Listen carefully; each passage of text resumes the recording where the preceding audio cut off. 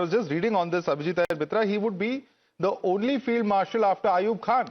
And therefore, Asif Munir has, gotten a space which is, amongst an exalted, selected few in Pakistan. He's a bigger legend than perhaps even Musharraf or the other army chiefs before him. Pakistan, Madhav, has this long history of failure reinforcement. Ayub Khan, Ayub Khan's command in World War II was leading the drama corps of the British Army. Now, what happens after that is, I don't know if you become field marshal for dramatics, but he was quite dramatic in the way he got rid of General Iskandar Mirza and self-proclaimed himself field marshal. So let us be clear what has happened here. We all know the real president and the real prime minister is Asif Munir, and he has given himself, Munir Awards, Munir Field Marshal title. But let's look at the operation itself, Operation Sindoor. Now let's take every Pakistani claim as absolute truth, that they absolutely crushed us and they downed 6 of our aircraft on the first day. Aircraft kisne giraya? That was the Air Force doing it. So it is the Air Chief Marshal who should be made Marshal of the Air Force. What does Munir have to do with aircraft? So This is, first of all, it's credit stealing. Second of all, Pakistanis generally do this, that it is only when they are very badly crushed that they give themselves these promotions to create a general public atmosphere that they have won. Remember, to this date, they don't accept they lost in 71. They claim in 71 they only lost in the Eastern Theatre. In the Western Theatre they won. 65, Ayub Khan actually passed it off as a great victory for Pakistan. It is celebrated today as the Defense of Pakistan Day.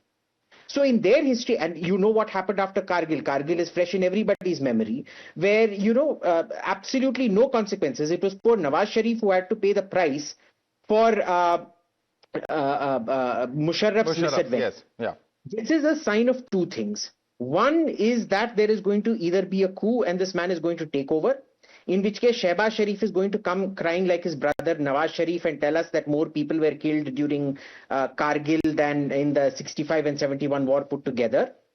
Or he's going to basically last it out forever. But remember, there is a time out for chiefs of army staff.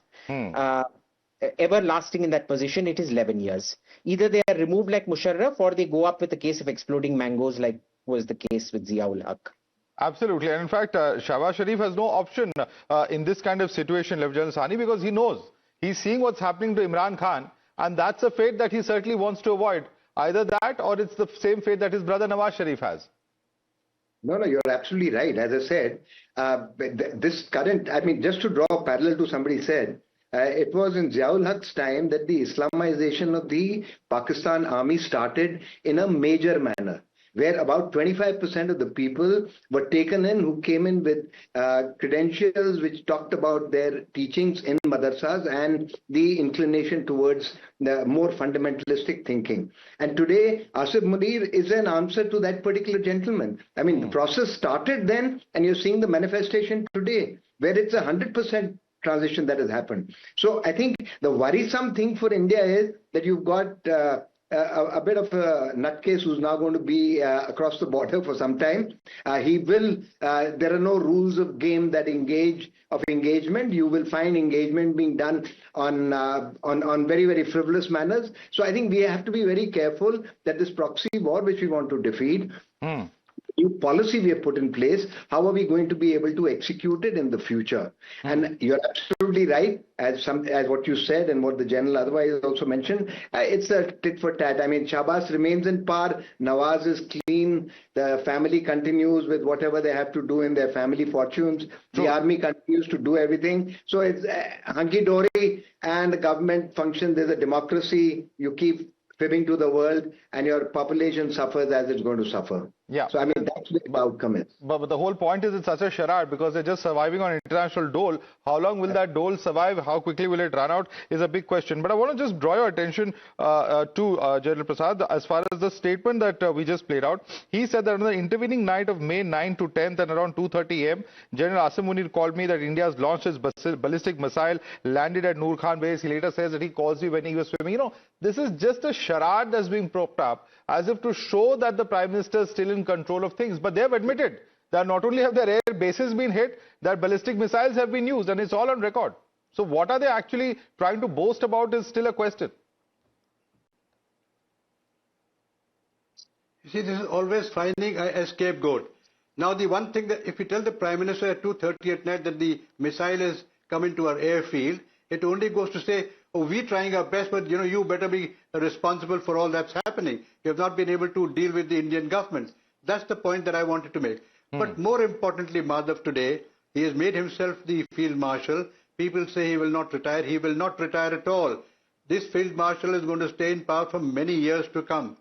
The problem is, and which is what is worrying actually, that with him at the helm of affairs in Pakistan, terrorism is going to go far beyond what it is today. And that is the worry. He has been hit very badly because of the terrorist incident that he himself engineered at Pulwama. His post those dates, if you look at it, his address to the nation on the 14th or 15th, then the meeting at Ravla Court, and this happening on the 22nd. It's all connected. And he is the principal architect of this.